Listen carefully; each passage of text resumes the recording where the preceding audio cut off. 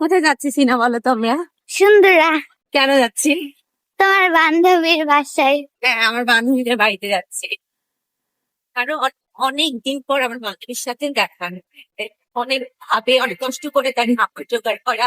সে আমাকে ফেস করতে না করেছিল। রিবা সোনার বাড়িতে যাচ্ছি আজকে। তাদের মেইলি হচ্ছে তাদের সাথে দেখা করার জন্য যাচ্ছি। আর ওরা এসেছে তাদের পূজাতে। কারণ সে আবার কালকে একদম ভোরে চলে যাবে, যে কালকে দেখা করবো কোনো উপায় নাই। তাই ভাবছি আজকেই যাই। এই জন্য আমি আর সিনে মিলে যাচ্ছি একটু দেখা করতে। অ্যাকচুয়ালি অনেক অনেক হ্যাপি লাগছে আজকে আমার রিপার সাথে দেখা হচ্ছে ফাইনালি। অনেক বছর পর দেখা হবে আজকে। কি পরিমাণ আমার ভালো লাগছে আমি বলে বোঝাতে পারবো না। এই তো আমার সেই প্রাণের বান্ধবী, ছোটকালের বান্ধবী, তার সাথে আমার দেখা হয়ে গেল। এই হচ্ছে রিপা। ভীষণ ভালো সে, একটা মেয়ে, ভীষণ মিষ্টি, খুবই ভালো। আজকে মনে হচ্ছে কোনো কষ্ট নেই আমার ভেতরে, সব আনন্দ আমার তাকে ঘিরে। ছোটবেলার প্রতিটা মুহূর্ত আমার মনে হচ্ছিল, এত ভালো লাগছিল আমার, খুবই খুবই ভালো লাগছিল, বলেও আমি বোঝানো এখন যাবে খুব না। ভুগতে পারি রে, বললাম না। মাটির বাড়ি হচ্ছে শান্তির একটা জায়গা। গরমের সময় আসলে এসি লাগে না। এসির মতনই ঘরে। হ্যাঁ, এই তো জানে না, জানলা দিয়ে হচ্ছে বাতাস আসে, এত ভালো লাগছে।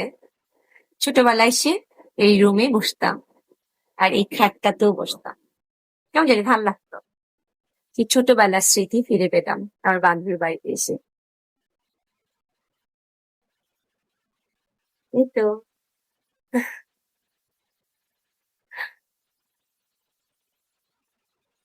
আমি আর সিনহা এসেছি। ঘুম পাচ্ছে, ভীষণ টায়ার্ড লাগছে।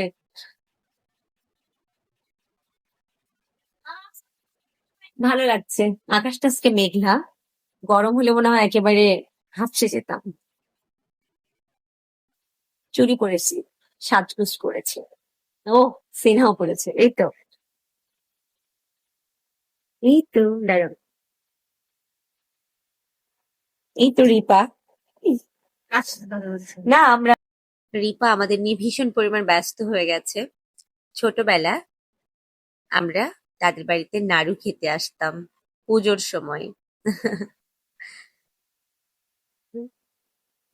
ছোটবেলা এগুলো প্রচুর পরিমাণ খেতাম আমরা। রিপাদের বাড়িতে আসলেই হচ্ছে যে খাওয়া দাওয়া, নাড়ু। ছোটবেলার সেই স্মৃতি আজকে